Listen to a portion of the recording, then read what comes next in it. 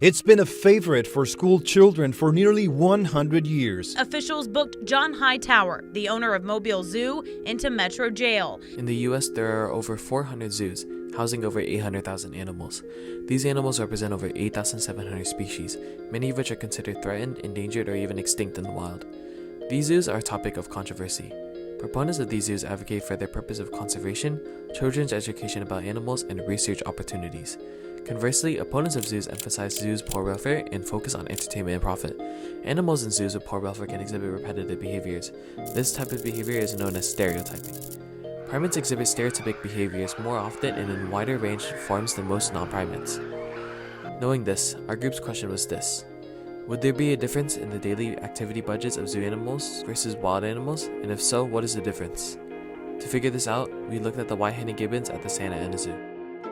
The white-handed gibbon, also known as the Hylobates lar, evolved from the same ape lineage that gave rise to the great apes, diverging at 60.8 million years ago. The lar gibbon are also known to be diurnal. This means that they are most active in the daytime, especially in the early mornings. While they are known to be active, they do tend to spend 15 hours a day sleeping or resting in trees. Like most primates, lar gibbons are also known for their brachiation, giving them an ecological niche. Socially, they are bonded in pairs and are often monogamous, and they also learn to communicate through vocalizations from their parents. Lar gibbons are also responsible for the reproduction of fig trees, as most of their diets are made up of these fruits. By eating and discarding these fig seeds, they cause further fertilization. To expand on our knowledge of these specific white-handed gibbons, we decided to email the Santa Ana Zoo for some background on them. From Jennifer Orison, we were informed about specific details of the enclosure. There are many types of plants in the gibbon's habitat, for example, varieties of ficus, bamboo, honeysuckle, and guava. The faculty at the Santa Ana Zoo explained that items such as sheets of newspaper were used as enrichment purposes and changed from day to day in the enclosures. They had the intention of eliciting at least one behavior goal per day with various enrichment devices. There are two gibbons at the Santa Ana Zoo, a light-colored one and a dark-colored one, who were originally a mating pair but are no longer a reproducing age. The light-colored one is named Micah. He is 26 years old and was originally from the Honolulu Zoo.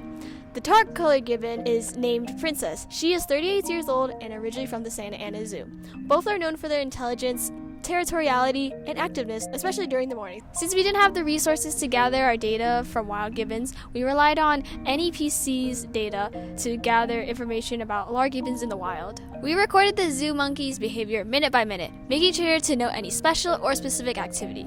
After our visit, we combined our data to identify any discrepancies. We had two main observation sessions, one in the early morning and one around in the late afternoon. Throughout our sessions, there were three main observations. First, Micah often stayed in the hidden area where the keepers laid out food, with Princess being significantly more easier to observe since she was more active. It was also apparent that the monkeys were a lot more active in the mornings compared to the early afternoons. Although they had enrichment activities available throughout the whole day, they decided not to interact with them and chose to lounge away from the observation window. We measured our findings quantitatively by breaking up the gibbons' activities into four main categories: socializing, foraging, resting, and traveling. We defined socializing as the two gibbons interacting with each other, either grooming, vocalizing, and playing.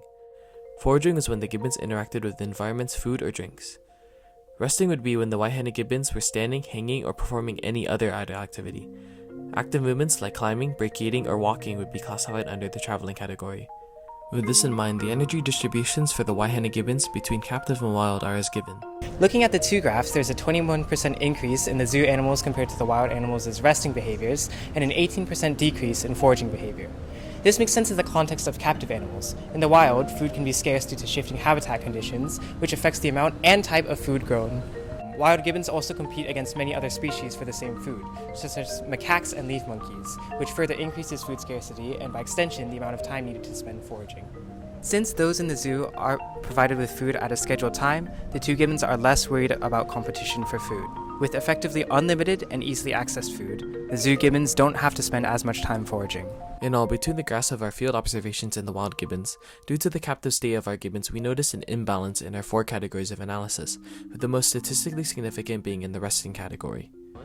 Based on the graphs, the disparity between foraging and resting between wild and captive gibbons is alarming from an animal welfare perspective. it would be advisable to find alternate ways to artificially increase the frequency of captive gibbon foraging behaviors, such as through environmental stimulus or a food rewarding system. While we did notice stimulus in the gibbon enclosure, they were positioned in an area that the gibbons infrequently visited.